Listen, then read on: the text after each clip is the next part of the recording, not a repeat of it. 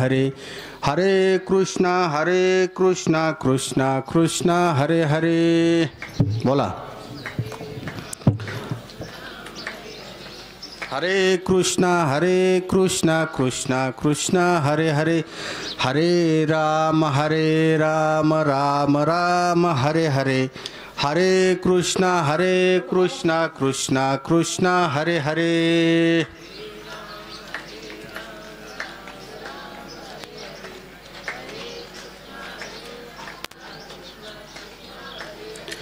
हरे राम राम राम हरे हरे हरे कृष्णा कृष्णा कृष्णा हरे हरे हरे राम राम राम हरे हरे हरे कृष्णा कृष्णा कृष्णा हरे हरे। बोला पुंडलिक वरद विठ्ठल श्री ज्ञानदेव तुकाराम पंढरीनाथ भगवान की जय। माऊली ज्ञानेश्वर महाराज की जय। जगद्गुरु तुकाराम महाराज की जय। छत्रपती शिवाजी महाराज की जय। धर्मवीर संभाजी महाराज प्रभु श्री रामचंद्र की जय।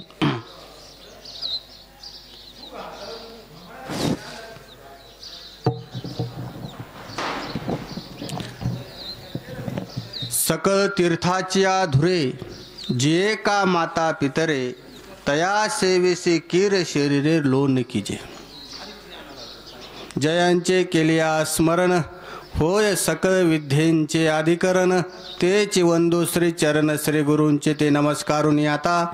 शांताकारं भुजगशयनं पद्मनाभं सुरेशं विश्वाधारं गगनसदृशं मेघवर्णं शुभांगं लक्ष्मीकान्तं कमलनयनं योगी विद्यान वंदे विष्णु भवभैरं सर्वलोकैकनाथं।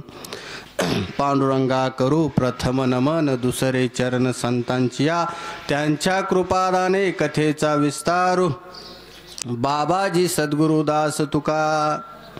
सकळ तीर्थाची धुरे जिये का माता पितरे तया सेवेसे कीर शरीरे लोन कीजे। प्रस्तुत प्रवचन सेवेकरता निवडलेली ओवी ज्ञानेश्वरी हा जो पवित्र असा ग्रंथ आहे, या ग्रंथातील 17व्या अध्यायातील ही अतिशय सुंदर अशी ओवी, आजच्या समयाला साजेशी अशी ही ओवी आपण घेतलेली आहे। ज्ञानोबराय असं म्हणतात की सकळ तीर्थाची धुरे जिये का माता पितरे।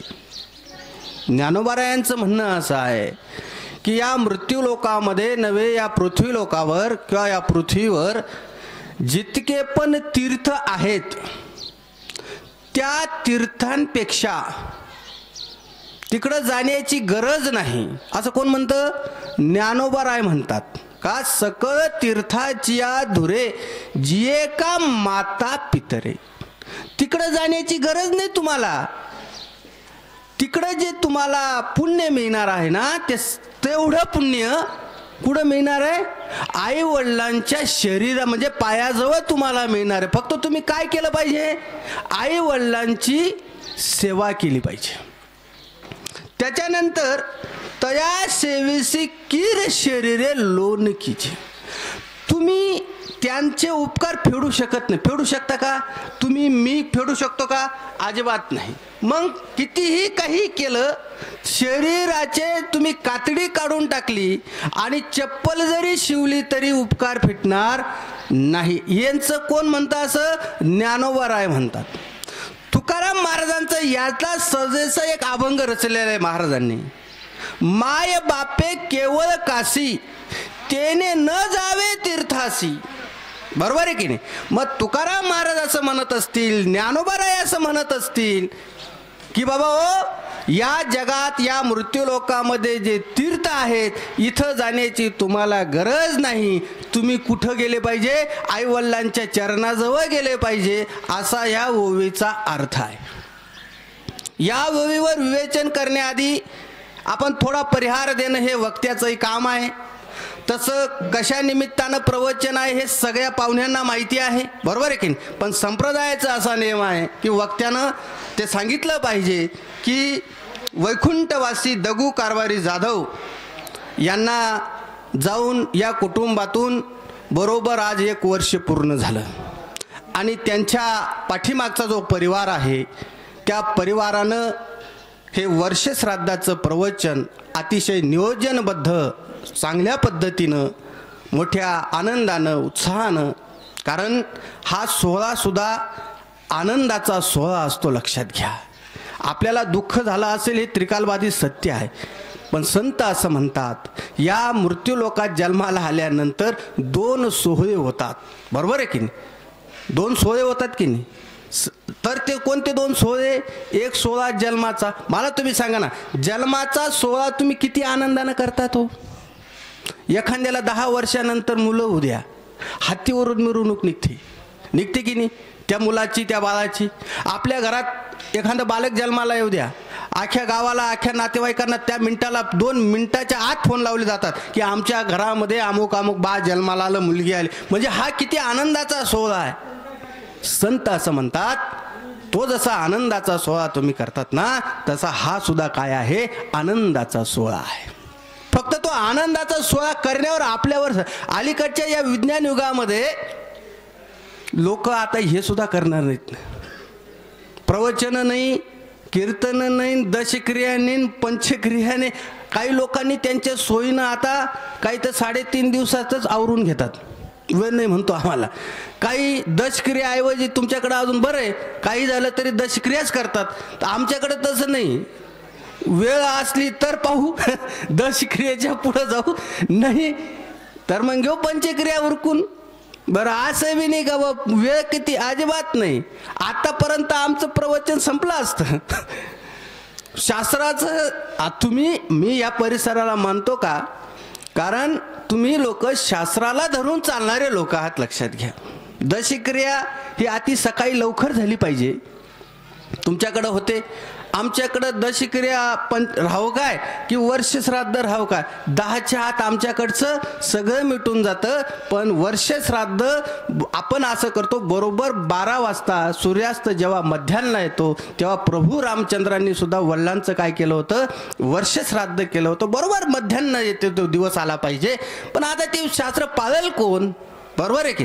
त्या शास्त्राच्या या विज्ञान युगामध्ये हे पाळायला लोक रिकामे नाहीत. पण ह्या कुटुंबाला खरं धन्यवाद द्यावे लागतील की त्यांनी त्यांच्या वडिलांचं जे काही वर्ष श्राद्ध आहे मोठ्या आनंदानं, मोठं नियोजनबद्ध या पद्धतीने केलं. त्याचा पाठीमागचा जो परिवार आहे त्या परिवारामध्ये पत्नी गभा नानूबाई दगू जाधव पत्नी आहे, श्री सुभाष दगू जाधव मुलगा आहे, श्री सुनील परशुराम जाधव मुलगा आहे, पवन ॲडव्होकेट आहेत, पवन कुमार परशुराम जाधव पुतणे आहेत, श्री सुनील परशुराम जाधव पुतणे आहेत, सौ मंदाबाई श्रीपद काळे मुलगी आहे, सौ निर्मला विष्णू कुशारे मुलगी आहे, सौ वच्छला प्रकाश निफाडे मुलगी आहे, सौ मंगला संपत आहेर मुलगी आहे, सौ रेखा सुभाष जाधव सून आहे, सौ वंदना दीपक जाधव सून आहे, श्री रवींद्र सुभाष जाधव नातू आहे, श्री प्रशांत दीपक जाधव नातू आहे, कुमारी सानिका दीपक जाधव नात आहे, त्याचबरोबर अश्विनी प्रदीप मालसाने नात आहे,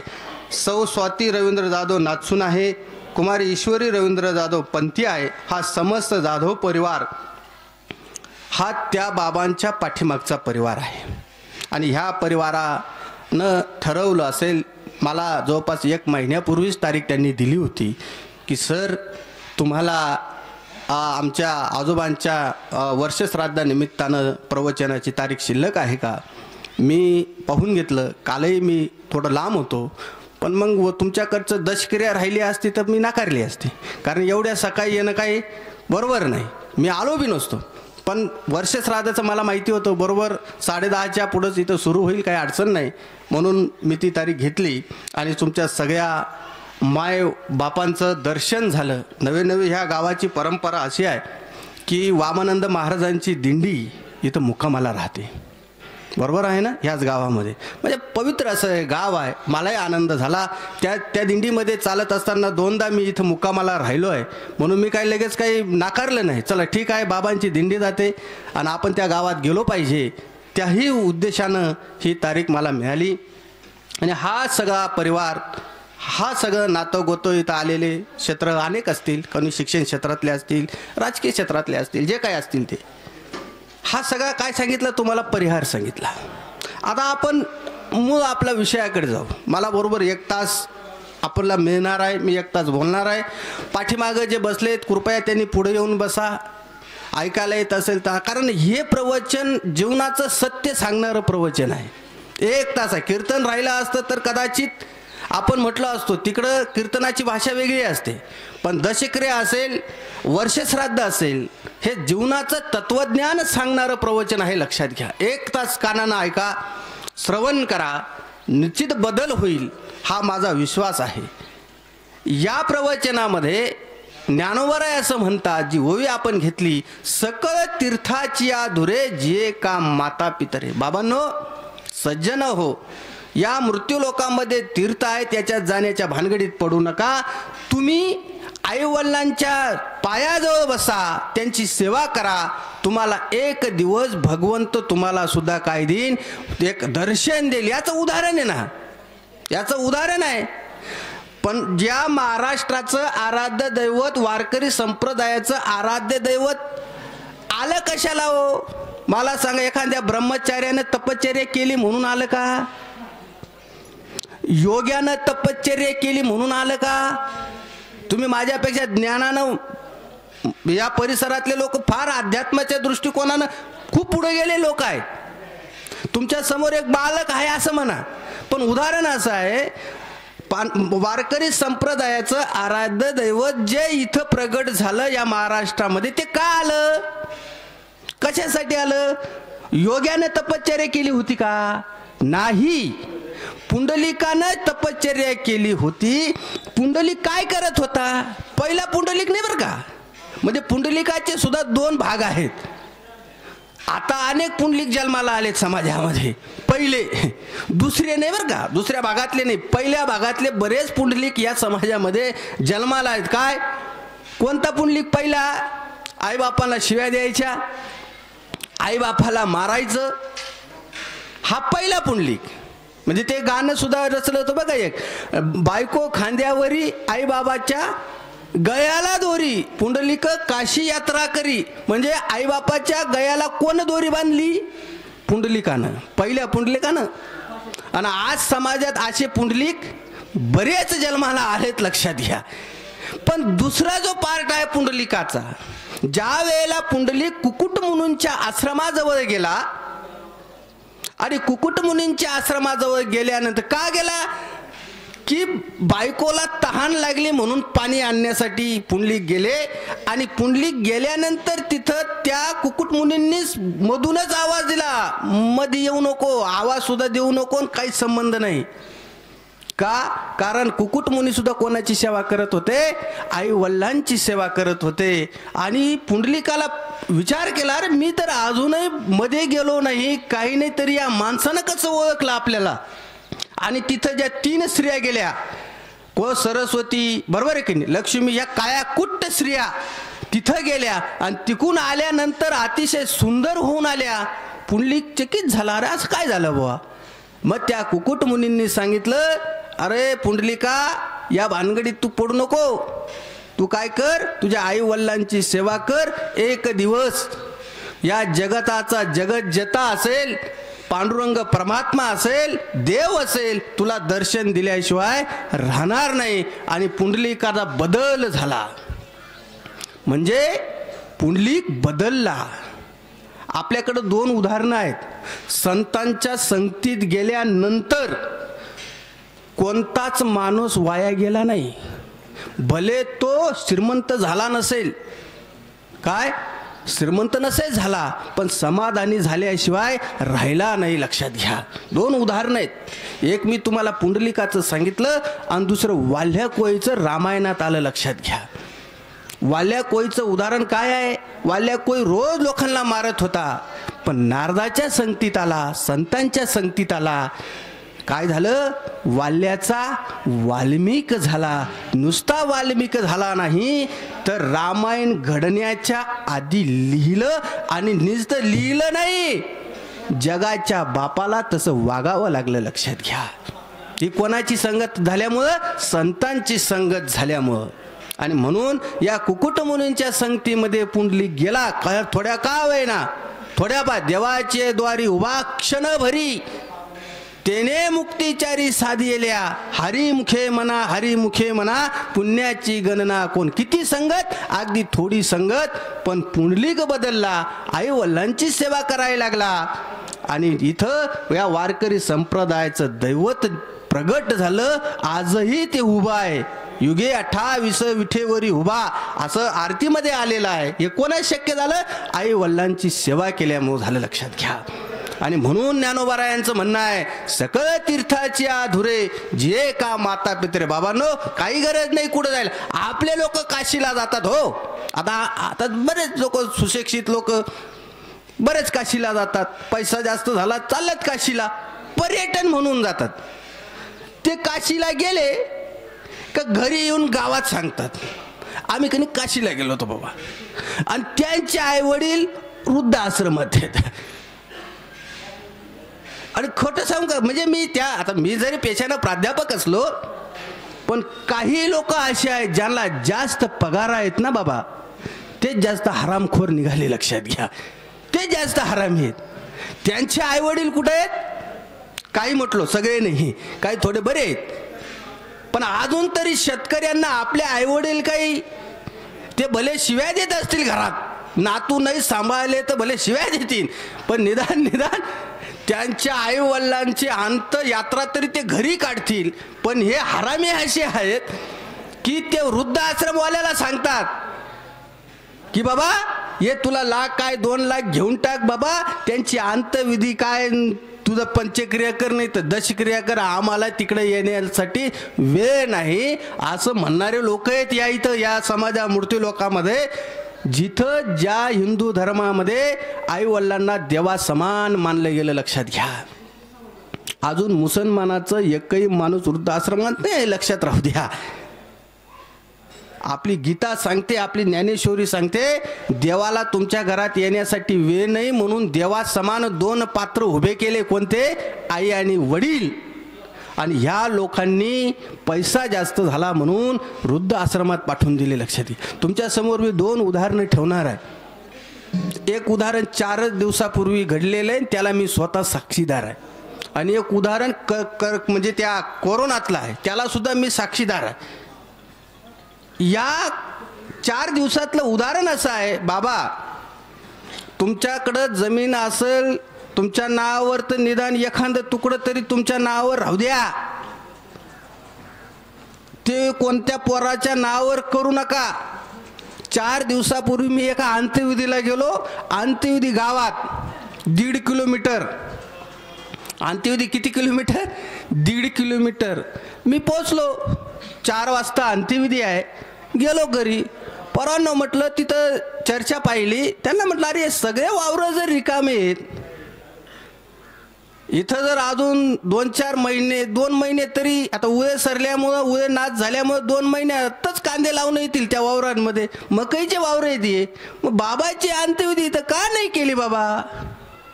एक म्हणतो 3 मुलं आहेत, एक म्हणतो माझ्या वावरात जायचं नाही, दुसरा म्हणतो माझ्या वावरात नाही जायचं, तिसरा म्हणतो माझ्याने वावरात जायचं. मग जायचं कुठं? मग भाऊबंधांनी सांगितलं, भाऊ याच्याही वावरात नको, त्याच्याही वावरात नको, त्याच्याही वावरात नको, मग जाऊ दे गावात. किती दिवसाची गोष्ट सांगितली तुम्हाला? 4च दिवसाची घडलेली हकीकत. ज्या वडिलांनी 3-4 एकर जमीन स्वतः कमवून ठेवली, बरोबर, त्याच्याच नावावर फक्त पोरांना वाटून दिली, आज ते 3ही पोरं जर असं म्हणत असतील माझ्या वावरात जायचं नाही, मग म्हाताऱ्यानं जायचं कुठं? हा एक भाग. आणि दुसरं जे उदाहरण आहे ते तर मला बोध झाल्यासारखंच आहे. मी त्याच्यापासून बोध घेतला. कोरोनातलं उदाहरण आहे आणि ते शिक्षण क्षेत्रातलं आहे म्हणून सांगतो तुम्हाला. शिक्षण क्षेत्रामध्ये झेडपीला असणारे 2 नवरा बायको रिटायर झाले, 2 आमच्या भागातले.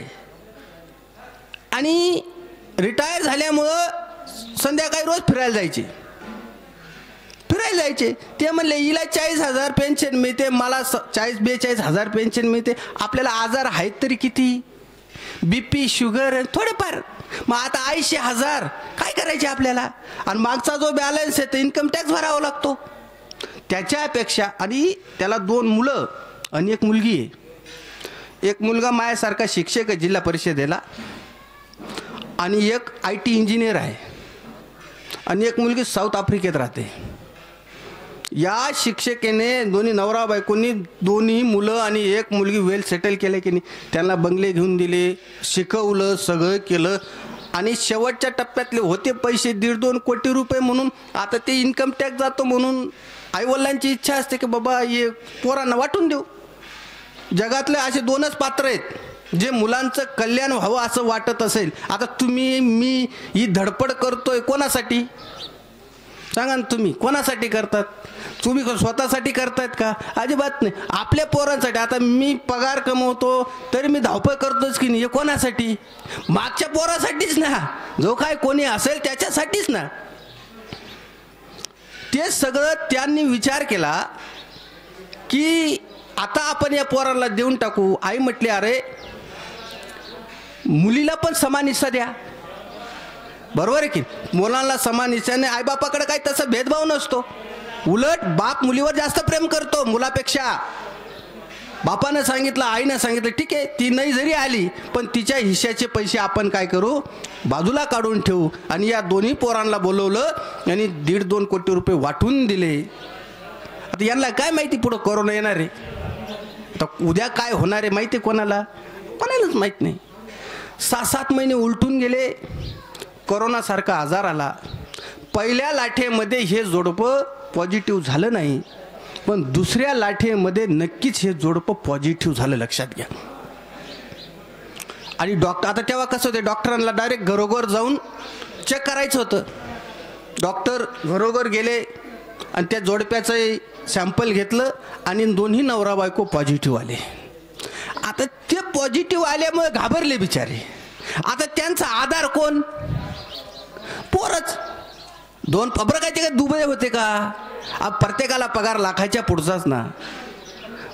आईनं बापानं दोघा पोरांना फोन केले, सांगितलं पोरांनो डॉक्टर येऊन गेले म्हणे, त्यांनी मामाला पॉझिटिव्ह असं घोषित केलंय.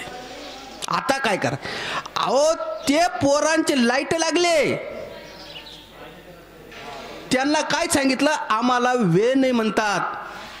आता इथून नाशिकवरून तिकडं यायचंय म्हटल्यावर अवघड आहे ना. मग काय करायचं? शेवटी 1 दिवस तसाच गेला. आता मला सांगा, जर ह्या पोरांना यायचंच राहिलं असतं तर हर प्रकारे पोर पोचले असते की नाही? हर प्रकारे पोचले असते. अहो दिल्लीतून माणूस 8 तास इथं येतो, 8-10 तासात. एवढी सुविधा या विज्ञानानं उभी केलेली आहे. दिवसभर वाट बघितली पण दोन्ही पोरं आले नाहीत. शेवटी शेजारच्याला सांगितलं, भाऊ तुझी गाडी आहे ना, तू किती घेतो नाशिकला जायला? 2-3 हजार घेतो, हे 5,000 घे. पण कुठं पोचव? नाशिकला. दवाखान्यात पोचव. दवाखान्यात पोचवलं. दवाखान्यात तरी सुद्धा आई वडिलांची इच्छा होती, पोरांना फोन लावला तर परवा आता आम्ही दवाखान्यात आलो, दवाखान्यात तरी या. पण दोन्ही हरामखोर पोरं दवाखान्यात सुद्धा आले नाहीत, लक्षात घ्या. पुढं हळूहळू आता त्यांना सांगितलं, मग आमच्याकडे एवढा पैसा आहे, एवढा संपेपर्यंत काही चिंता नाही, जाऊ द्या. पोरांची आशा सोडून दिली. शेवटच्या मिनिटाला ऑक्सिजन लेवल खालवत गेली. शेवटी डॉक्टरला सुद्धा राहायला नाही. डॉक्टरने सांगितलं, परत एकदा बाबा तुमच्या पोराचा नंबर द्या, मी बोलतो. डॉक्टर बोलले त्या पोराशी, तरी पोरानं त्याला उत्तर दिलं नाही, काहीच नाही. शेवटी हे दोन्ही नवरा बायको संपून गेले. डॉक्टरनं फोन केला त्या पोरांना, अरे पराहो आई वडील मरून गेले. त्या पोरांचं वाक्य आहे, अंत्यविधी तुम्ही करा, फोटो आम्ही लावतो, लक्षात घ्या. 8-10 महिन्यापूर्वी 1.5-2 कोटी रुपये कोणाला दिले? मुलांना दिले, लक्षात घ्या. आणि याच्या ठिकाणी फक्त उदाहरण उलट करा. पोरं जर दवाखान्यात राहिले असते आणि आईबाप जर घरी राहिले असते तर काय सांगितलं असतं? काय सांगितलं असतं? तुम्ही काय सांगितलं सांगा ना. आज घडीला आत्ता या मिनिटाला तुमचा पोरगा ॲडमिट होऊ द्या. आत्ता इथलं प्रवचन सोडून सुद्धा तुम्ही प्रवचन गेलं जाऊ द्या मोरद्या म्हणजे तिकडं मला कुठं जावं लागेल? त्या पोराकडं जावं लागेल. म्हणजे या कलियुगातलं बोध मी घेतला. अरे या 6-7 महिन्यामध्ये जर एवढा पैसा कमवून आपण ठेवला आणि त्या पोरांना दिला, ते जर अंत्यविधीला येऊ शकत नाहीत आणि आमचे ज्ञानोबाराय असं म्हणतात, सखळ तीर्थाची हा दुरे जिये काम माता पितरे. मग कलियुगातलं उदाहरणं असे आहेत. म्हणून आपण काय केलं माहिती आहे का? आपण ज्या गोष्टीसाठी आपल्याला हे करायचं होतं ते केलं नाही. आपण ज्यांच्यासाठी करायचं नाही त्यांच्यासाठी करतो. लक्षात घ्या. संसारात काय करलं तुम्ही? मी का होईना तुम्ही, मी सगळे लोक झडझड संसारासाठी चालली की नाही? बरं संसार तुम्ही केला नाही, मी केला नाही, होणारही नाही, कोणाचं केला नाही. प्रमाण आहे तुम महाराजांचं, आजा मेला पंजा मेला बा मसना गेला, देखत देखत नातू पंतू तोही तैसा झाला. आजा काय करत गेला? संसार. पंजा संसार, बाप संसार, आणि आपण तेच चाललंय. मग काय बदल? काहीच नाही. त्याचं पाचाट्याचं सफर होतं. यानं कौलांचं घर बांधलं. पुढच्या नातवाला ते पटलं नाही, त्यानं स्लॅब केला. त्यानं ते काहीतरी सायकल होती, यानं मोटरसायकल घेतली. ते बापाला पटलं नाही म्हणून ट्रॅक्टर घेतलं. फरक काय पडला? आणि असंच चालू राहणार आहे. माती ती चालली आहे ना असंच. पण सुधारायला आपण तयार नाहीत. लक्षात घ्या. बरं ज्या गोष्टी सुखासाठी केल्या, ज्या ज्या गोष्टी सुखासाठी केल्या, त्या संसारातल्या सगळ्या गोष्टी या दुःखालाच कारणीभूत घेऊन गेल्यात ना. संसार सुखाचा आहे का? अजिबात नाही. तुकाराम महाराजांचं दुःख बांधवडी हाय हा संसार, सुखाचा विचार नाही कोठे. अरे रात्रंदिवस जरी आपण धावपळ करत राहिलो तरी सुद्धा आपल्याला दुःखच भोगावं लागणार आहे. आणि एक दिवस दुःख भोगता भोगता मरून जाणार आहोत. पण आपलं उद्धार कधी करायचं? मग आपण यासाठी आलो का? यासाठी आलो नाहीत. आपण यासाठी आलो नामस्मरण करण्यासाठी. तुकाराम महाराजांचा खूप सुंदर अभंग आहे, क्षणोक्षणी हाची करावा विचार, तरावया पार भवसिंधू, नाशिवंत देह जाणार सकळ, आयुष्य का तो काळ सावधान. संत सांगतात ना. आणि जगाला खरं सांगण्याचं काम फक्त एकाच दोनच लोक करतात, एक संत आणि दुसरं आई वडील. लक्षात घ्या. ते तुम्हाला खोटं कधीच सांगू शकत नाही. पण आमचं उलट आहे, या दोघांवरही विश्वास ठेवत नाही. म्हणजे आई वडिलांवरही विश्वास ठेवत नाहीत आणि संतांवरही विश्वास ठेवत नाही. भले तिसऱ्यानं जर आपल्याला सांगितलं, तिसऱ्यानं ज्याचा त्याला फायदा होतो. आता मला सांगा तुम्ही, संतांना काय फायदा आहे? आई वडिलांना काय फायदा आहे? बरोबर आहे की नाही? फक्त हित कोणाला कळतं तर ते संतांना कळतं. म्हणून संत जे बोलत गेले खरं. अहो मला सांगा, 16व्या शतकात 12व्या शतकामध्ये लिहिलेली ज्ञानेश्वरी आहे. कितव्या शतकात? 12व्या शतकात. बरोबर आहे की नाही? आजचं चालू आहे 21सावं शतक. 8वं शतक म्हणजे 800 वर्ष जवळपास पूर्ण होत आले. तरी सुद्धा या माणसाचं, इकडे लक्ष द्या, तरी सुद्धा या माणसाचं नाव अपुरं राहिलं का? अजिबात. आता इथं बसलेलं सांगा बरं तुम्ही 5 पिढ्यांचे नावं सांगा बरं. आपल्या मागच्या 5 पिढ्या सांगा. किती जणांना माहिती आहे 5 पिढ्या? आहे का कोणाला माहीत? भले तुमच्या आजोबाचं पंजोबाचं खापर पंजोबाचं नाव माहिती असेल, त्याच्या मागचं का बरं माहीत नाही? माहीत पाहिजे ना. त्याचं तर माहीत आहे. अहो 10-12 एकर जमीन त्याची, बंगला त्याचा. त्याच्या जमिनीवर आपण केलं तर निदान पोट भरतोय की नाही? मग निदान त्या 5-10 पिढ्याची नावं तर माहीत पाहिजे की नाही आपल्याला? का माहिती नाही? अहो का, आता मी याला साखरीला कीर्तनाला गेलो होतो. 7-8 दिवसाची गोष्ट आहे. अतिशय सुंदर बंगला आहे. मी त्याला म्हणतो तुझे म्हणजे त्या बाबांना, त्या पोराला विचारलं तुझे वडील वारलेत म्हणे. अरे म्हटलं मग वारले तर निदान फोटो तर लावशील की नाही? तो मग तुझ्या रूमचं डेकोरेशन बिघडतं म्हणतो. कोणाच्या फोटोमुळं? त्याच्या बापाच्या फोटोमुळं त्या घराचं काय बिघडणार आहे? डेकोरेशन बिघडणार आहे. मग विचार करा तुम्ही, बंगला कोणाच्या पैशाचा? त्याच्याच बापाच्या पैशात. जमीन कोणाची? त्याच्याच बापाची. जर त्याच्याच बापाचं जर सगळं आहे तरी त्याचा फोटो लावायला त्या घरामध्ये जर डेकोरेशन बिघडत असेल तर मला सांगा, त्याचे वडील, त्याचे पंजोबा, माझे वडील, आपले सगळे जे जगले ते सगळे स्वतःसाठी जगले, म्हणून तर त्यांचं नाव राहिलं नाही आणि आपल्याही लक्षात राहिलं नाही. पण आमचे संत ज्ञानोबा राय जे जगले ते दुसऱ्यासाठी जगले, समाजासाठी जगले. आता विश्वात्मके देवे येणे वाग्यज्ञ तोषावे असं पसायदान लिहिलं. म्हणून आज जोपर्यंत चंद्र सूर्य आहे तोपर्यंत त्यांचं नाव आहे. आमचे तुकोबा राय 16व्या शतकातले अभंग 16व्या शतकात लिहिले, खरे 21व्या शतकात ठरतात. लक्षात घ्या. कोणासाठी जगले? अहो 65 लाखाची जहागिरी होती तुकाराम महाराजांची. एवढे पैसे येणार होते पण सगळ्या वया बुडवून दिल्या. आपण 10 रुपये सोडत नाही लोकांना. 2 महिन्यात तरी त्याच्याकडे मागायला जाऊ, हे 10 रुपये का होईना दे, मी दिले होते तुला.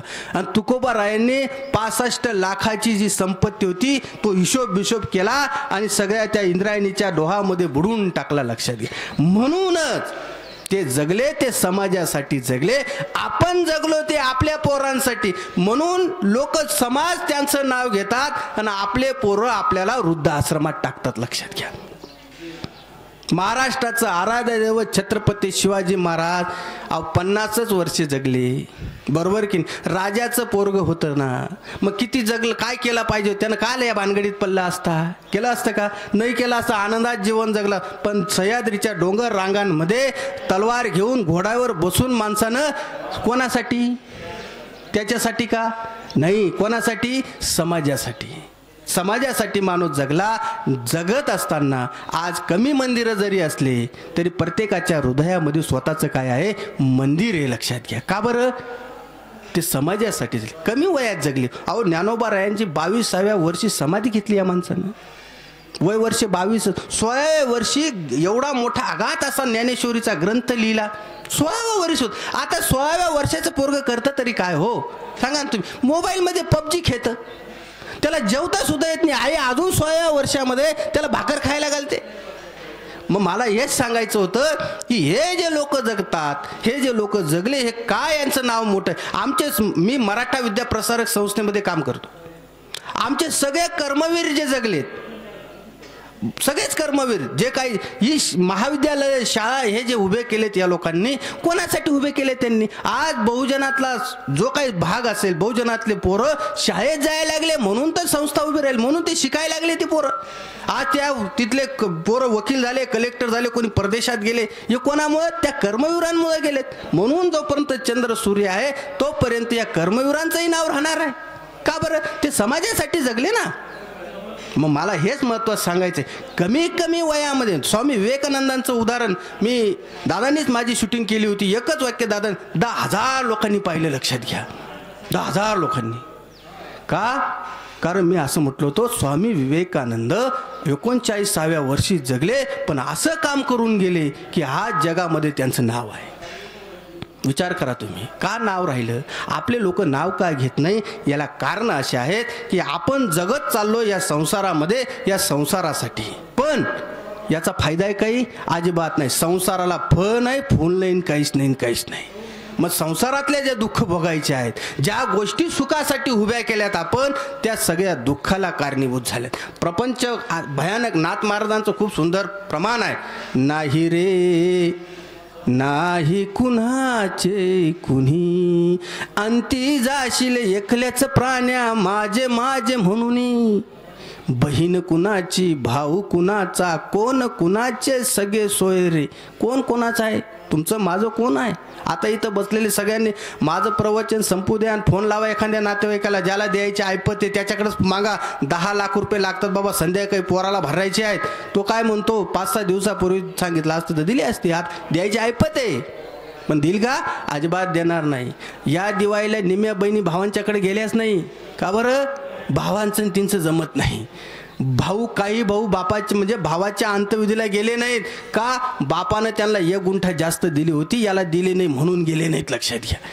इतकं वाईट या समाजामध्ये चाललं. मग नाथ महाराजांनी जर तिकडं अभंग रचला असेल, तो अभंग आज खरा ठरला ना. मगाशीच उदाहरण सांगितलं, 3 मुलं जर बापाच्या अंत्यविधीला जागा देऊ शकत नाहीत, काय उदाहरण म्हणायचं, कोणाचं चित्र सांगायचं आपण? मग समाज का सुधारला नाही? आज ज्यांना लाखाचे पगार आहेत, त्यांची मुलं जर, त्याचे आई वडील जर वृद्धाश्रमात राहत असतील, पंढरपूरला एक वृद्धाश्रम आहे, मी स्वतः त्याला साक्षीदार आहे. जर त्या गोष्टी बाईट मागत होते ते पोरग, ते म्हातारा बाबा सांगत होतं माझा मुलगा वकील आहे म्हणतो, माझा मुलगा प्राध्यापक आहे म्हणतो, माझा मुलगा कलेक्टर आहे म्हणतो, आणि त्या लोकांचं जर मुलं आईवडील जर तिकडं वृद्धाश्रमात राहत असतील, काय केलं नाही या लोकांना आयुष्यासाठी, त्या पोरांना जगण्यासाठी शाळा करणे. अहो माझ्याकडे महाविद्यालयामध्ये मुलं येतात, बापही घेऊन येतो, कधी कधी बाप बिगर चप्पल येतो, आणि त्या पोराच्या पायामध्ये जवळपास 2-4 हजाराचा बूट असतो. लक्षात घ्या, विचार करा ही गोष्ट.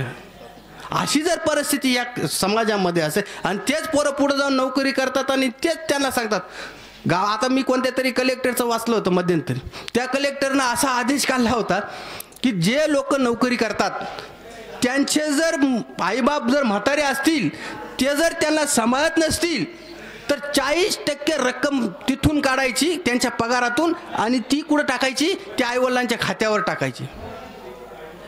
अरे म्हणतं त्याला जन्म दिला का माहीत नाही, पण ज्याला जन्म दिला ते पोरं सुद्धा. परिणाम काय झाला?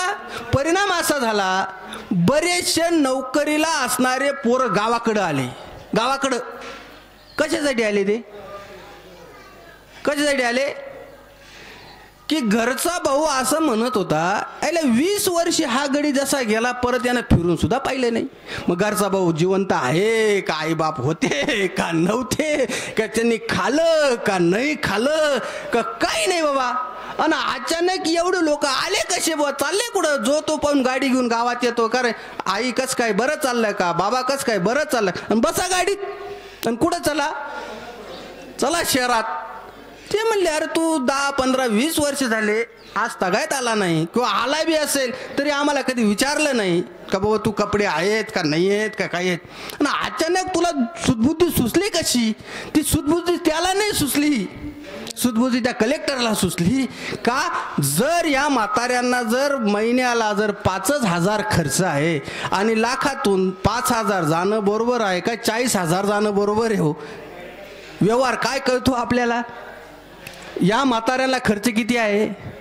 5,000 महिन्याला, आणि सरकार किती काढत होतं? 40,000. मग ते 40,000 जाण्यापेक्षा हे 5,000 गेलेले बरे ना.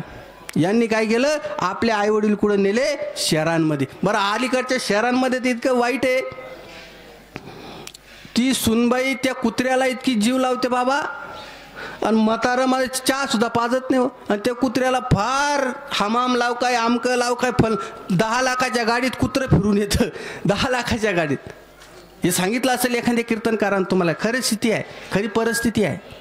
आणि ज्याचे पैशानं गाडी घेतली त्याला बसायला सुद्धा जागा नाही, त्याच्या घरात सुद्धा राहू देते नाही त्याला. म्हणजे अशी परिस्थिती. मला मुद्दे सांगायचे हेच होते की या समाजामध्ये, या मृत्यू लोकांमध्ये आपण ज्याच्यासाठी जगलोत ना, ते एकही कामाचं नाही हो. मग ज्ञानोबारायांनी त्यावेळेला सांगितलं बाबा एक कशाला करतात तुम्ही एक करा ना, ज्याच्यापासून तुमचा फायदा आहे ना. तुम्ही आईवडिलांची सेवा करा ना, आईवडिलांची सेवा करा, तुम्हाला फळ मिळणार आहे. अहो गणपतीला आज तुम्ही पत्रिका लिहायला घेतली, पहिलं नाव कोणाच टाकतात? गणपतीचं टाकतात. का बरं? अहो गणपतीनं सुद्धा आईवडिलांची सेवा केली म्हणून अग्रस्थानावर त्यांचं नाव आलं. मग आपलं पुंडलिकानं काय केलं? जगाचा म्हणजे वारकरी संप्रदायाचं आराध्य दैवत, महाराष्ट्राचं दैवत इथं जन्माला का आलं?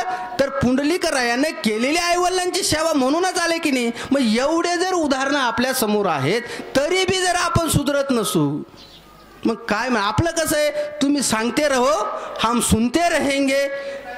1 तास हो गया कि चलो तुम इधर जाओ तुम इधर जा, कुछ परिणाम होगा नाही.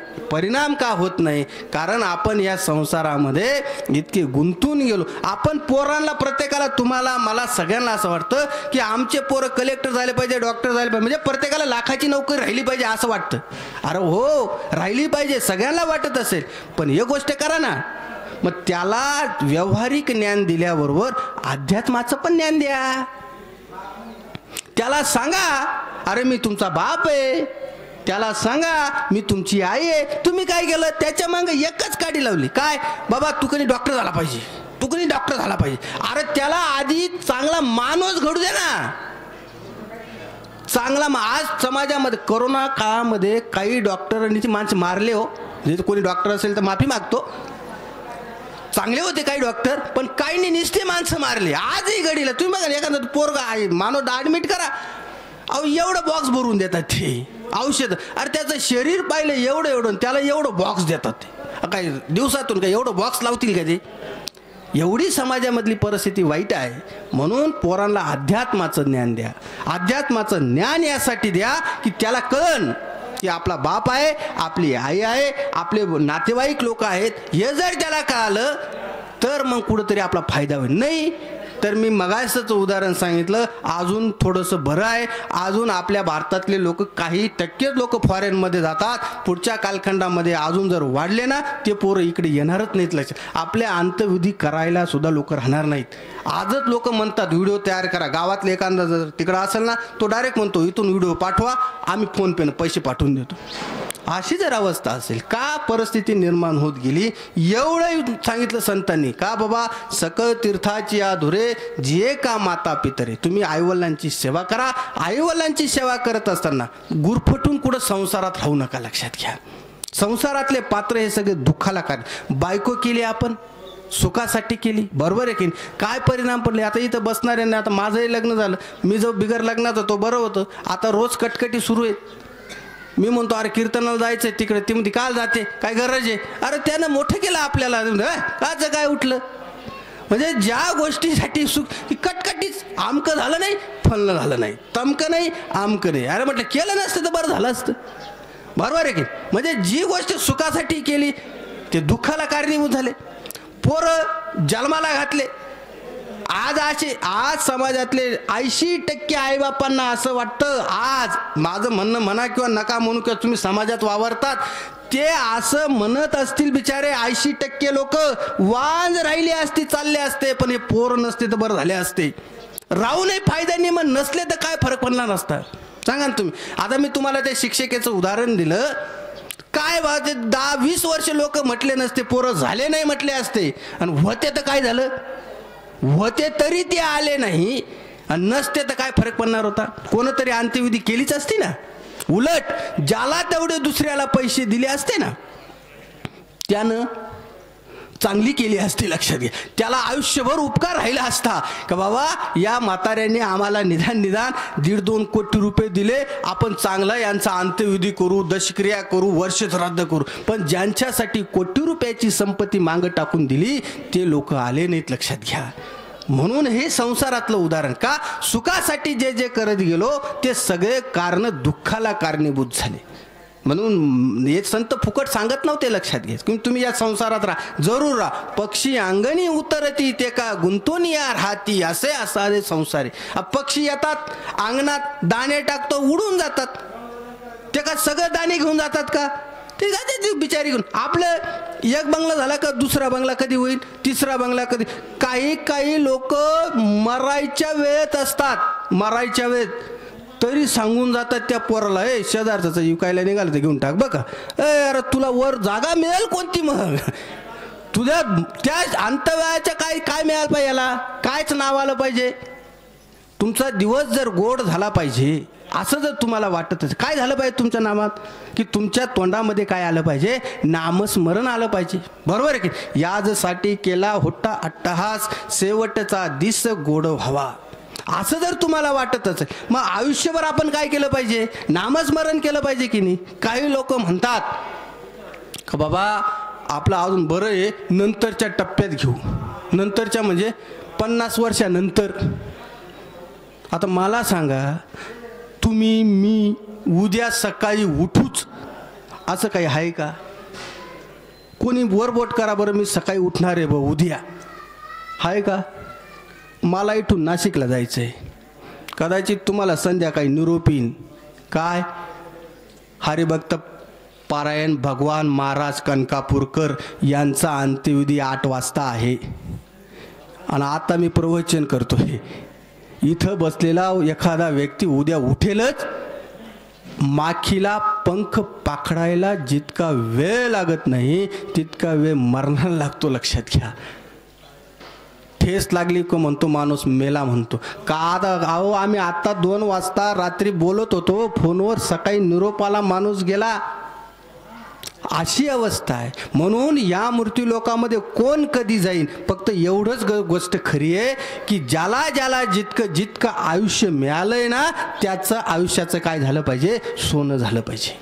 त्याला मिळाले. आता तुम्ही बॅनर पाहणार रस्त्यावर, जवळपास तरुण मुलंच जास्त चाललेत, लक्षात घ्या. ज्यांचं वय 30, 35, 40 याच वयातले बरेच बॅनर पाहतो. आता त्यांचे कारणही वेगवेगळे आहेत, लक्षात. याला दोषी सुद्धा आपणच आहोत, हे लक्षात राहू द्या.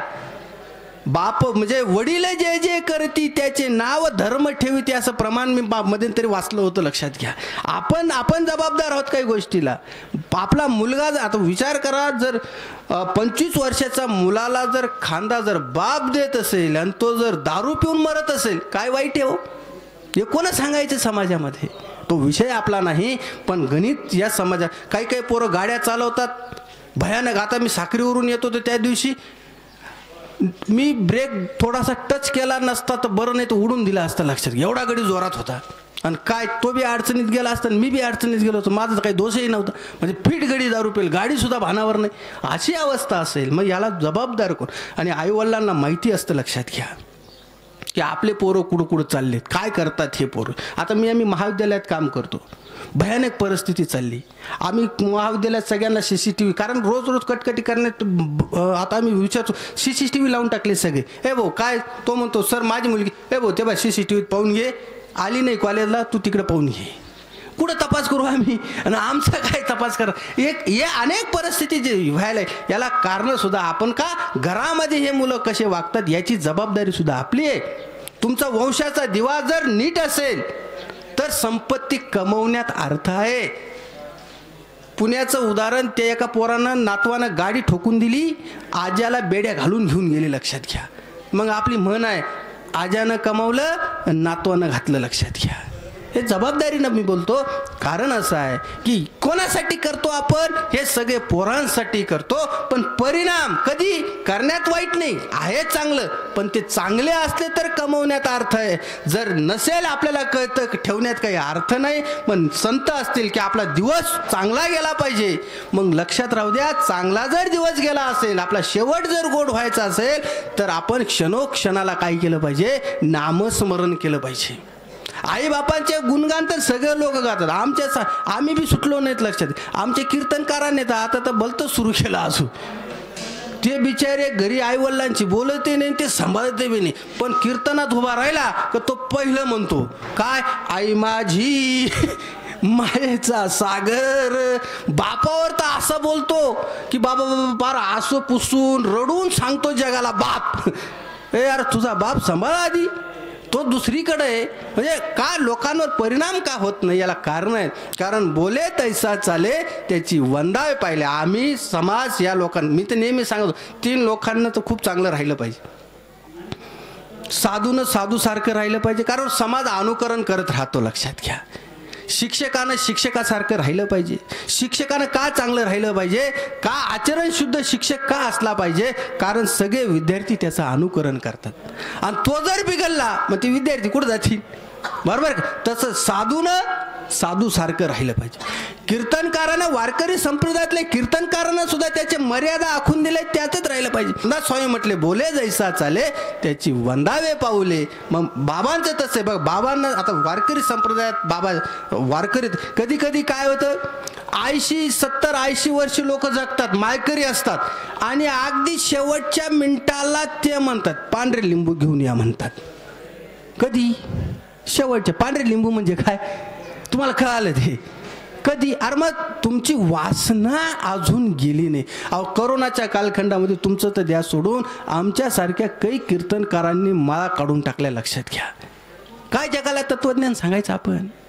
मग लोक तुमच्याच म्हणजे शब्दावर विश्वास काय ठेवत नाही की या मृत्यूलोकामध्ये, या संसारामध्ये तुम्हाला जर नावरूप व्हायचं असेल ना, तर बाबांसारखं जीवन आचरण करावं लागेल. आचरण करत असताना शरीर म्हणजे आपलं आयुष्य किती वर्ष जगते तुम्हाला माहीत नाही, मला माहीत नाही, पण जितक्या दिवस आपण राहू त्या वर्षापर्यंत कर्म चांगलं असलं पाहिजे. केले कर्म झाले त्याची भोग आले, उपजले मेले ऐसे किती. कर्म ना तुम्हाला चुकवलं ना मला चुकलं. मी पुढं जाऊन सांगतो अजून, एक वेळ देव माफ करेल कोणाला, देव माफ करू शकतो, पण कर्म अजिबात नाही. कर्मानं देवाच्या बापाला सुद्धा चुकलं नाही, लक्षात घ्या. बरोबर आहे की नाही. कर्म देवाच्या बापाला नाही तर अहो जगाचा बाप ज्याचा देव दशरथ, त्याचा मुलगा देव होता, पण दशरथाला मरावं लागलं नाही, प्रभू रामचंद्राला जावं लागलं नाही, श्री कृष्णाला जावं लागलं. हे सगळे उदाहरणं कशासाठी? हे कर्मासाठी, लक्षात घ्या. नकळत दशरथ राजाचं घडलेलं कर्म शेवटी राम म्हणता म्हणता म्हणता दशरथ राजाला प्राण सोडावा लागला, पण अंतकाळाच्या वेळेला एकही पोरगा तिथं नव्हता, लक्षात घ्या. मला सांगा ना, श्रावण बाळाला मारलेला बाण हा काही कळत मारला होता का न कळत मारला होता? सांगा तुम्ही. न कळत मारला होता की नाही? त्याला माहीत नव्हतं. त्याला असं वाटलं होतं की बुवा एखादं जनावर असेल, ते पाणी प्यायला आलं असेल, त्या दिशेनं बाण मारला, पण तो लागला श्रावण बाळाला. तरी विनंती करून सांगितलं, बाबा चुकलो. तरी त्या आईवडिलांनी दिलेला शाप होता की तुला मामी जसे जाणार आहोत तसं तुला जावं लागेल. तरी शेवटी दशरथ राजाला तसंच जावं लागलं. 4 मुलं झाले. मी महाविद्यालयात शिकवत होतो, मी तसंच त्या पोरांना विचारलं, सांगा रे, अरे दशरथ राजाला मुलं कोणते नाव सांग. एक म्हणतो दुर्योधन, दुसरा म्हणतो दुःशासन. अरे अशी अवस्था आहे आपली, आपल्या पोरांची, लक्षात घ्या. म्हणजे त्यांना रामायणातल्या गोष्टी माहीत नाही, महाभारतातल्या गोष्टी माहीत नाही. आणि काय सांगत, मुस्लिम समाजातला एक माणसाला येशू ख्रिस्ताचं तत्वज्ञान मान्यच आहे असं आजतागाय ते म्हणू शकले नाही की आम्हाला हे मान्य नाही. पण हिंदूमध्ये असे कितीतरी लोक जन्माला आले, ते म्हणतात कशाची ज्ञानेश्वरीन, कशाचं तुकाराम महाराजांचा गातान, कशाचं धर्मन, कशाचं, असं कोण म्हणतं? आपल्या हिंदूंमध्ये जन्माला आलेले लोक म्हणतात, लक्षात घ्या. आपल्या हिंदूंमधलेच पोरं वृद्धाश्रमात आईबापाला पाठवतात. ख्रिश्चनांचं आहे का दाखवा, मुस्लिम समाजाचं आहे का ते दाखवा.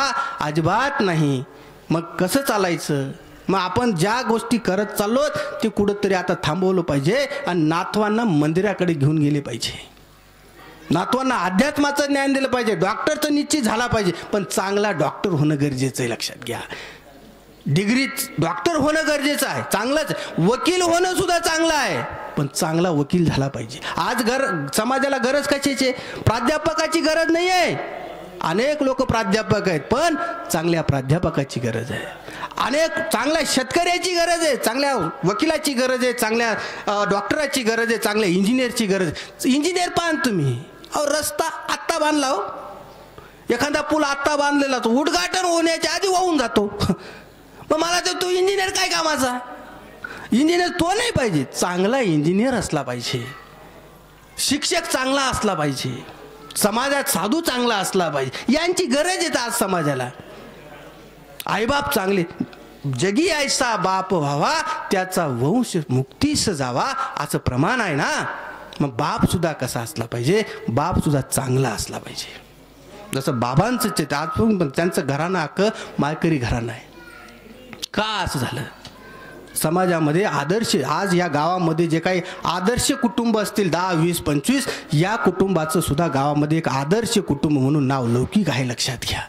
का? आजोबा वागलेत, माळकरी राहिले. अहो काही पिढ्यानपिढ्या लोक निघून गेले, पण घरात तुळशीची माळ सुद्धा घातली नाही. काहींचे घर आज 10-10, 25-25 लाखाचे आहेत, ज्ञानेश्वरी सारखा ग्रंथ नाही. मग काय करायचं ते घर? सांगा ना तुम्ही, काय करायचं? 50 लाखाचा बंगला आहे. अहो तुमच्याकडं हिंदू धर्माचं जर ग्रंथ ज्ञानेश्वरी नसेल, गीता नसेल, काय करायचं ते घर? सांगा ना तुम्ही. अरे तुकाराम महाराज पार पुढचे बोलले आहेत, लक्षात आहे. मशान बरं म्हणते त्याच्यापेक्षा, असं ना तुकाराम महाराजांचं प्रमाण आहे. मग आपण घरं बांधले, आयुष्यभर घरं बांधत राहिलो, पण निदान देवघर तर असलं पाहिजे, चांगलं असलं पाहिजे. निदान सकाळी उठून आजोबा पंजोबा किंवा बाप जर देवघरात जात असेल तर तो नातू जाईन ना, तर नातू तिथं जाईन, तर तो हरिपाठ म्हणेल, तर ते असं. मग ही पिढी आज मानसशास्त्र असं म्हणतं, आता मी विज्ञानात असल्यामुळं सांगतो, मानसशास्त्र असं म्हणतं की तुम्ही जसं करत राहिले की तुमची पिढ्या मागच्या तसतशा करतात, लक्षात घ्या. आदर्श काय केलं पाहिजे, कोणते आदर्श ठेवले. मी आता मध्यंतरीच्या कालखंडामध्ये छत्रपती संभाजी महाराजांचा सिनेमा पाहिला. नाशिकमध्ये ती इतकी गर्दी होती, सगळ्या टाक्या फुल होत्या. कोणासाठी? त्या छत्रपती संभाजी महाराजांचा सिनेमा पाहण्यासाठी. त्या जोडप्याला 3 तास असं वाटत होतं माझ्या पोटी सुद्धा छत्रपती संभाजी राजे जन्माला आले पाहिजे. किती तास वाटत होतं? 3 तास.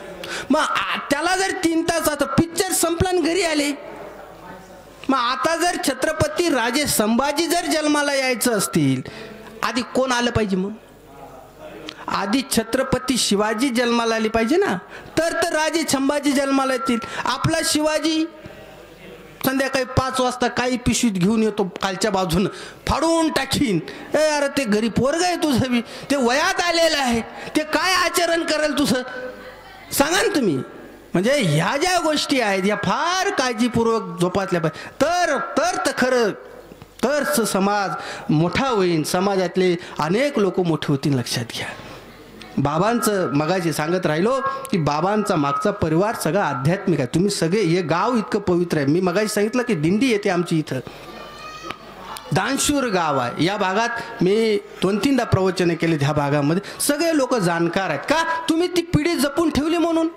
मगाशीच मी आमचं सांगितलं, आतापर्यंत आमचं आवरलं असतं. कशाचं काय, जो तो घरी तिकडे गेला असतं निघून. म्हणजे हे पेरण्याचं काम आहे. तुम्ही ती सगळं लावून ठेवलेलं आहे किंवा ती परंपरा जोपासून ठेवली आहे.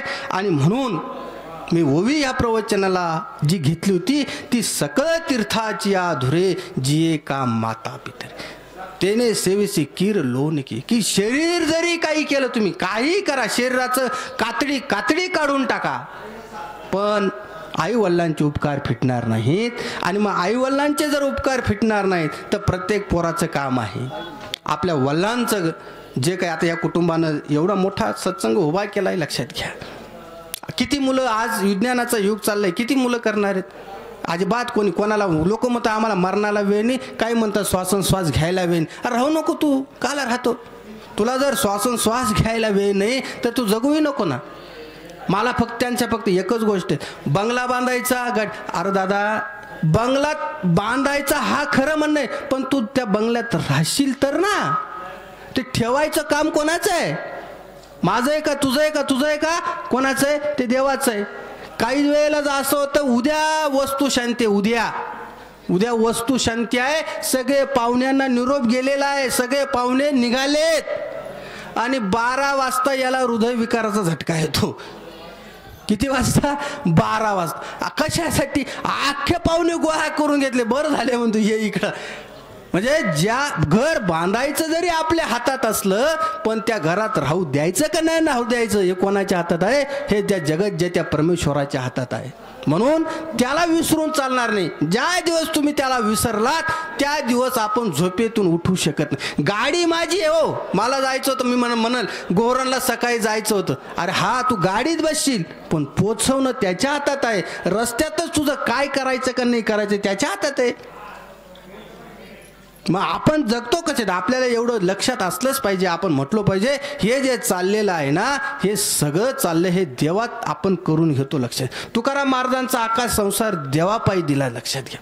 सगळं देवाला देऊन टाकलं, पण आपण तसं करत नाही. आपण सगळे लोक जगतोय ते संसारासाठी, नुसते जगत नाहीत, रात्रंदिवस त्याच्यामध्ये करतो. रात्रंदिवस तळमळ करतो. मगाशीच प्रमाण सांगितलं, दुःख बांधवडी हाय हा संसार, सुखाचा विचार नाही कोटी. दादांनो, काही मिळणारही नाही आणि काही करण्यात अर्थ बी नाही. कमवा, 100% कमवा, पण मागं सांभाळणारे असतील तर कमवा, नाहीतर कमवण्यात अर्थ नाही. या कुटुंबाचं, बाबांचं वर आपण जेव्हा बाप जातो कुटुंबातला, तर मी अजून पुढं जाऊन सांगतो, कथाकार असेल, कीर्तनकार असतील, ह्या लोकांनी आईचं वर्णन थोडं जास्त केलं. आईचं गुणगान गायलेले. मी म्हणत नाही की बाबा आई असं काही म्हणत नाही, आई वडील हे दोघं, पण या समाजामध्ये अडीअडचणीच्या कालखंडामध्ये थोडंफार जास्त योगदान हे बापाचंच हे लक्षात राहू द्या. इथं बसलेले सगळे तुम्ही धवी टोपी घातलेले लोकात म्हणजे बाप झालेत. लक्षात. आणि ज्या वेळेला बापाला कधी दुःख होतं माहिती आहे का? ज्या वेळेला आपण जन्माला घातलेले पोरं बाजूला जातात ना, त्यावेळेला सगळ्यात जास्त दुःख बापाला होतं. आणि दुसरी गोष्ट, ज्या वेळेला एखादा पोरगा आपल्याला वाईट म्हणून जर हिनवत असेल, आपण आयुष्यभर ज्याच्यासाठी केलं आणि त्याच्या तो असताना, जिवंत असताना एखादा पोरगा म्हणत असेल माझ्यासाठी काय केलं म्हणतो, त्यावेळेला बाप म्हणतो सगळं अख्खं याच्यासाठी केलं, तरी हा असं म्हणतो की माझ्यासाठी काय केलं. त्यावेळेला खरं दुःख त्या बापाला होतं. बाप नावाची गोष्ट आम्ही पाहतो की काही काही बाप इतक्या विनंत्या करतात, सर या पोराला कुठंतरी लाव, नोकरीला लावा.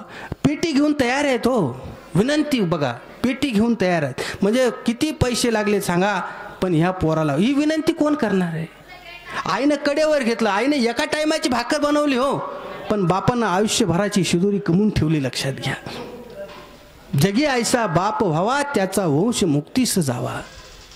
बापाचं महत्त्व या जगा. पण काय झालं, या कथाकार कीर्तनकार या लोकांनी थोड्याफार प्रमाणात बाप दुर्लक्षित केला आणि आईचे गुणगान गायला सुरुवात केली. म्हणजे आई चांगलीच आहे आम्ही म्हणत नाही, पण माझं म्हणणं असं आहे, एक पाऊल पुढं. आज लग्न जे मुलींचे झालेत, त्या मुलीच्या लग्नामध्ये बाप दिवसभर जेवण करत नाही हो. तो बिचारा काहीतरी कोणातरी याचे गाव नातेवाईक त्याला भेट त्याला बाद, आणि शेवटी ज्या वेळेला मुलगी जाते त्यावेळेला बाप ढसा रडतो. तुम्ही रडले असा लक्षात घ्या. बाप तेव्हाच करतो, स्वतः आधी बाप व्हावा लागतो. लक्षात घ्या, बिगर बापाचं तर कोणी सांगेल आमकं होईन तमकं होईन फलनं होईन, पण बाप झाल्याशिवाय बाप कळत नाही. लक्षात घ्या. आणि म्हणून बापाशी वागत असताना पोरांना विनंती आहे की बापाशी वागत असताना त्याला निदान दुःख होईन असं तरी काही बोलू नका. कमवून ठेवलंय बिचाऱ्यानं, काय ठीक आहे, ज्याच्या परीनं ज्यानं त्यानं कमवलं असेल. एखादा श्रीमंत बाप असेल त्यानं 2-4 बंगले घेऊन ठेवले असतील, खरं आहे. एखादा गरीब बाप असेल त्यानं निदान कुठेतरी घर बांधून ठेवलं असेल. एवढं करत असताना त्यानं सगळं आयुष्य लावून दिलं पणाला, त्याला बोलण्याचा अर्थ नाही. काय धमक आहे तुझ्यामध्ये, तू कमव बाबा, पोराला तू कमव, तू 10 बंगले घे, 20 बंगले, काही अडचण नाही.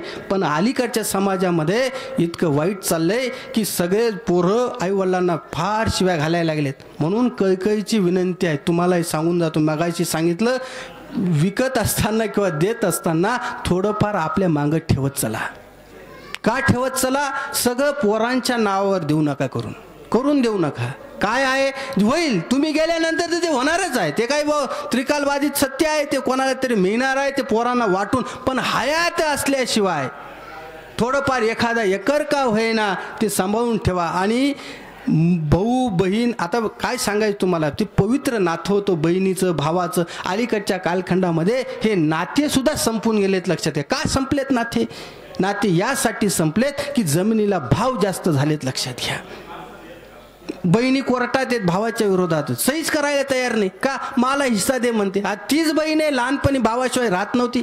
आता जळगावला मी कीर्तनाला गेलो होतो, अगदी सुनसान. इथे तरी बरेच लोक आहेत की बसलेले, अगदी 10-12 लोक, सुनशांत, काहीच नाही त्या गावामध्ये. मी म्हटलं अरे या गावात झालं तरी का. त्या गावात त्या लोकांनी सांगितलं, सर म्हणे इथं 2 भावांच्या भांडणी झाल्यात आणि एकाचा खून झालाय म्हणे. ज्यानं खून केला तो बी उचलून नेला आणि जो गेला त्याची अंत्यविधी चालू आहे म्हणे तिकडे. विचार करा तुम्ही, 2 भाऊ आहेत सख्य हो.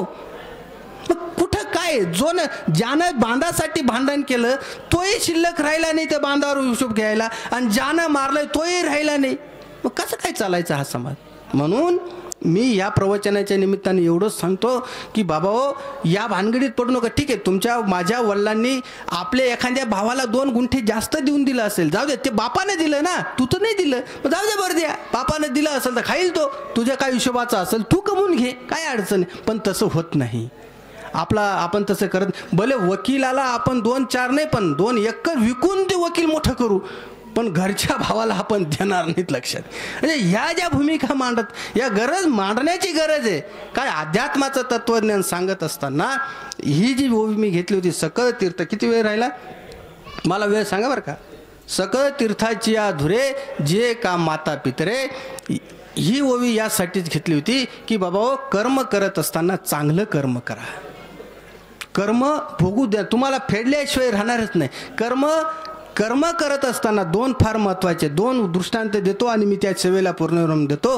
भस्मासुराला एकदा मिळालेला शाप होता का, भस्मासुराला वरदान होतं, भस्मासुराला वरदान होतं आणि दशरथाला शाप होतं. लक्षात घ्या, दशरथाला काय मिळाला, शाप होता, पण तो त्याच्यासाठी वरदान ठरला, आणि भस्मासुराला मिळालेलं वरदान हे त्याच्यासाठी शाप ठरलं. लक्षात घ्या, जर दशरथाला मिळालेला शाप वरदान का ठरला, कारण त्याला मुलं नव्हते म्हणून ते मुलं झाले, आणि पुढं काय घडलं ते तुम्हाला माहिती आहे. पण भस्मासुराला मिळालेलं जे काही वरदान होतं त्यानं स्वतःहून त्याला काय केलं, शापात आणून ठेवलं.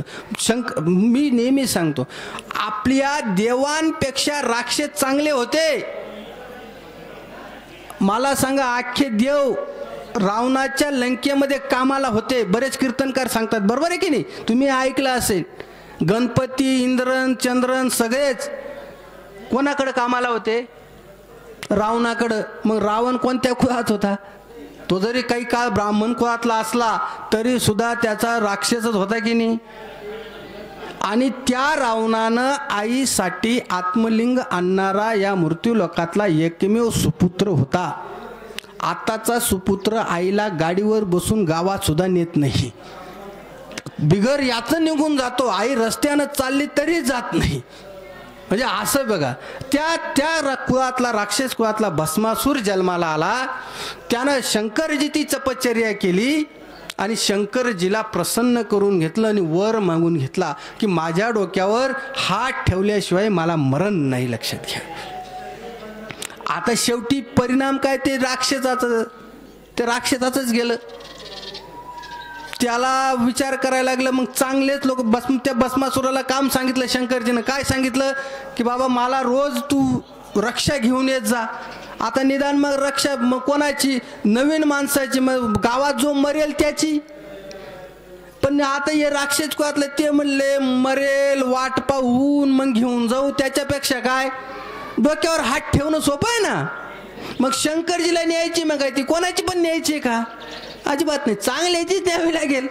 त्यानं सगळे चांगले लोक संपवायला लागले. आणि ज्या वेळेला चांगले लोक गावातले संपायला लागले त्यावेळेला शेवटी देवालाच विचार करावा लागला, अरे हे किती दिवस अख्खा गावातले चांगले गेल्यानंतर मग बाकीचं कसं काय राहील? आणि खरं सांगतो, ही पृथ्वी कधी अजून सुद्धा काय अशी आहे माहिती आहे का? चांगले लोक पृथ्वीवर आहेत म्हणून पृथ्वी शिल्लक आहे. कोरोना हा झटका होता. हृदयविकाराचं एक ब्लॉकेज होतं. लक्षात घ्या, एक ब्लॉकेज कोरोना होता. जर जास्त ब्लॉकेज जर शरीरात झाले तर आपल्याला माहिती आहे तीव्र झटका आल्यानंतर माणूस जगत नाही. तसं कोरोना हा या पृथ्वीवरला एक ब्लॉकेज होते. आता इथून पुढे नैसर्गिकरित्या लोक कमी मरतील. बाकीचे लोक जास्तीत जास्त लोक कुठंतरी रस्त्यावर म्हणा, ज्याचा माणूस घरात जाईन ते कुटुंब चांगलंच असेल, त्यानं बिचाऱ्याने काहीतरी पुण्य केलेलं असेल म्हणून मरण घरात आलं नाही. नाहीतर बरेचदा आजारी पडतील, हृदयविकाराचा झटका कुठंतरी रस्त्यावर असेच. का? कारण सगळ्यांचे चालू असलेले कर्म. लक्षात घ्या, पूर्वी रस्त्यावर लोक मरत नव्हते. आज कुत्रे चांगले मरतात अशी अवस्था रस्त्यांवरती झाली. लक्षात घ्या. का असं झालं?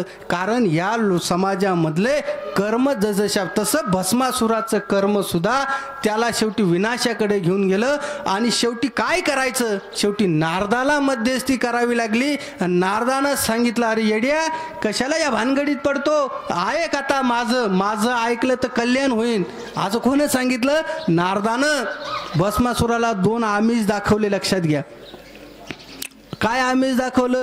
तू जर या भानगडीतून जर गेला तर तू जर शंकरजीला मारलं, शंकरजीच्या डोक्यावर जर हात ठेवला तर 2 गोष्टी होणार आहेत.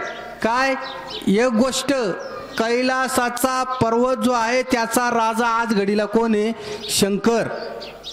त्या कैलासाचा राजा कोण होशील? तू. म्हणजे कोण? भस्मासूर.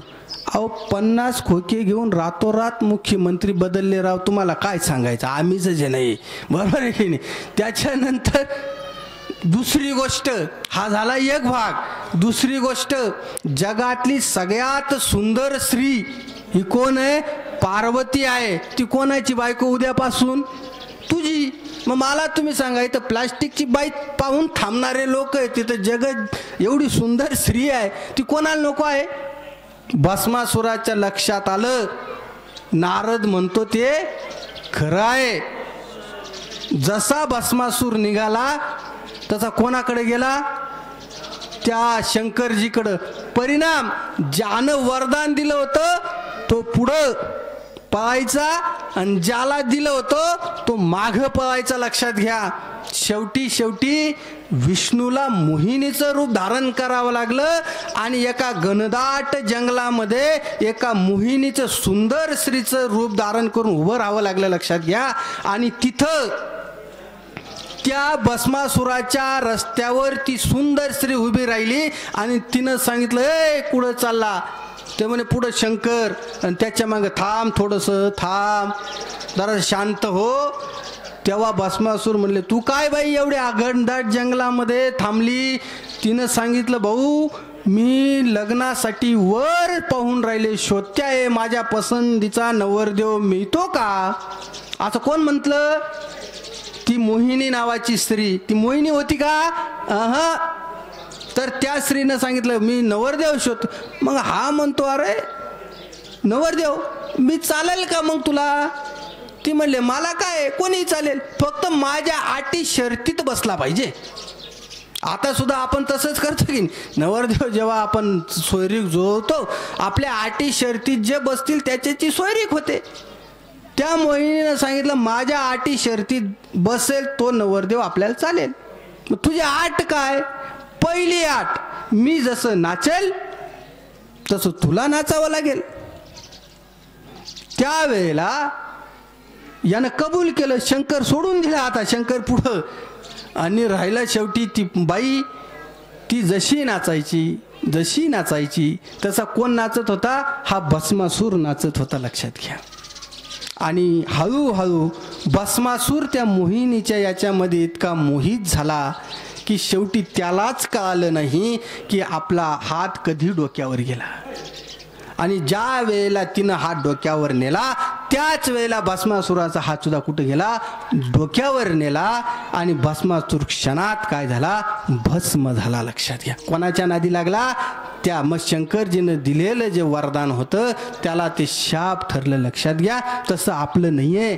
आपण या मृत्यू लोकात यासाठी नाही आलो दादा हो. प्रपंच आपल्याला करायचाच आहे, 100% करायचा आहे, पण नामस्मरण केल्याशिवाय ते अपूर्ण राहणार. जन्मालाच आलोत आपण नामस्मरण करण्यासाठी. नामस्मरण करावं लागेल.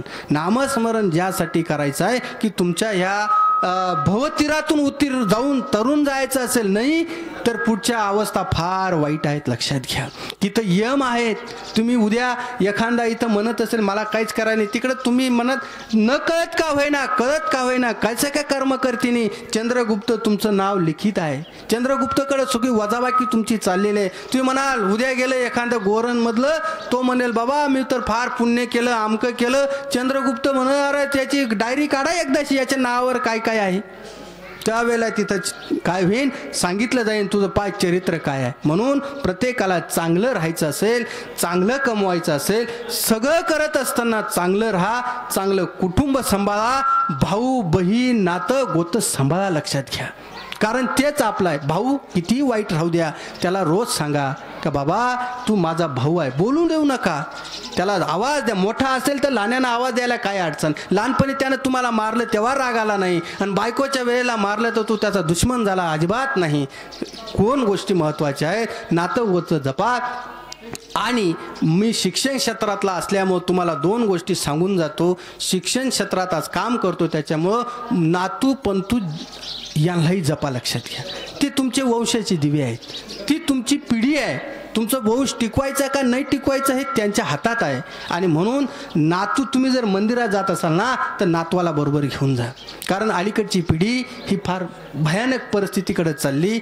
आईनं आपली मुलगी वयात येत असली की तिनं आईला कळतं ते तिनं त्या पद्धतीनं संस्कार करावे. वडिलांनी सुद्धा आपला मुलगा जसजसा वयात येईल तसे संस्कार. नुसते तुम्ही शेती करू नका का नोकरी, 100% शेती करा, चांगलीच आहे. उत्कृष्ट शेतकरी व्हा, उत्कृष्ट नोकरदार व्हा, पण पिढी घडवण्याचं काम. जगातलं कोणतंच रसायन नाही किंवा कोणताच कारखाना नाही मुलं जन्माला घालणं आणि त्यांच्यावर संस्कार करणं. तुम्ही म्हणाल आमचा पोरगा देऊ आळंदीला पाठवून, अहो काही ना 10 वर्ष झाले ते भाकरीच खाऊन राहिले, काही केलं नाही त्यानं. ते रिटर्न घरी आले. काही MPSC करून राहिले, 10-20 वर्ष झाले, काही नाही. घरचे लोकही बुडले आणि तेही बुडले. लक्षात घ्या. म्हणून काळजीपूर्वक सांगून जातो, मुलं चांगले राहिले तर तुमचा वंश कमवण्यात अर्थ आहे, नाही तर काही अर्थ नाही. बरोबर 1.25 तास झालाय त्या दिशेने मी जो ओवी घेतली होती, सकळ तीर्थाची या धुरे जे का माता पितरे तया सेवेची कीर शरीरे लोन की जे ज्ञानोबराय असं म्हणतात. कोणत्याही तीर्थाला जाण्याची गरज नाही. खरंच आहे तुकाराम महाराज म्हणतात की सकळ तीर्थाची या धुरे. तुकाराम महाराजांचं प्रमाण आहे, माये बापे केवळ काशी तेने न जावे तीर्थासी. बाबा हो, या तीर्थात जाऊ नका. तुमचं तीर्थ तुमच्या घरात आहे. ते कोणतं तर आईवडील आहेत. आईवडिलांची सेवा करा एवढंच सांगतो आणि सेवेला पूर्ण विराम देतो. बोला पुंडलिक वरदेव हरी विठ्ठल श्री ज्ञानदेव तुकाराम पंढरी. अनेक लोकांचं नुकसान झालं, लक्षात घ्या. जे लोक शेतकरी असतील त्यांच्यासाठी विनंती आहे, काय खचून जाऊ नका, एकमेकाला मदत करा. कारण काल परवाच मी पाहिले या नाशिक जिल्ह्यामध्ये 2 चांगले शेतकऱ्यांनी आत्महत्या केल्यात, लक्षात घ्या. त्याही 2 शेतकऱ्यांच्या आपण श्रद्धांजली पर मी बोलणार होतो, पण माझा वेळ संपला, म्हणून त्यांनाही श्रद्धांजली आपण वाहिली पाहिजे. हा नाशिक जिल्हा पुरोगामी आपण ओळखला जातो, कारण इतका मोठा पाऊस झाला त्यामध्ये सगळेच जवळपास शेतकऱ्यांचं नुकसान झालं. पण कोणीही कोणाची टोकाची भूमिका. अहो मंत्र्यांचे 62 कोटी रुपये माफ झाले, तुम्ही 2 लाखासाठी काय घेणं भानगडीत पडता तुम्ही. काय कोणाचं काही होणार नाही, लक्षात घ्या. त्याच्यामुळं कोणीही कोणाचं वाईट मार्गाला कोणी जाऊ नका एवढीच कैची विनंती आहे. आणि कोण हातापायामध्ये पायात चप्पल असतील ते काढून ठेवा. आपण लगेच पसायदान कोणी म्हणणार आहे की पसायदान घेणार आहे का मीच म्हणू. आता विश्वात्मके देवे येणे वाग्यज्ञ तोषावे तोषोनी मज द्यावे पसायदाने. जे खळांची व्यंकटी सांडो तया सत्कर्मी रती वाढो. भूता परस्परे पडो मैत्र जीवांचे दुरितांचे तिमिरे जाओ.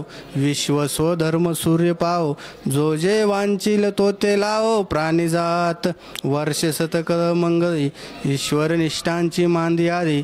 अनवरत भूमंडळी भेटतो भूता. चला कल्पतरूंचे आरव चेतना चिंतामणीचे गाव. बोलते जे अर्णव पियुषांचे चंदमे जे अलांछन. मार्तंड देता पहिन ते सदा ही सज्जन सोयरे होतो. किंबहुना सर्व सुखी पूर्ण होनी तिन्ही लोकी. भजी दे आदि पुरुखी अखंडित आणि ग्रंथोपजीवी विशेष लोकी. दृष्टांदृष्ट विजय ओवा विजय येते म्हणे श्री विश्वेश्वराव. आ होईल दान पसाव. येणे वरे ज्ञान देवो सुखिया झाला. येणे वरे ज्ञान देवो सुखिया झाला. येणे वरे ज्ञान देवो सुखिया झाला. शांती शांती शांती शांती.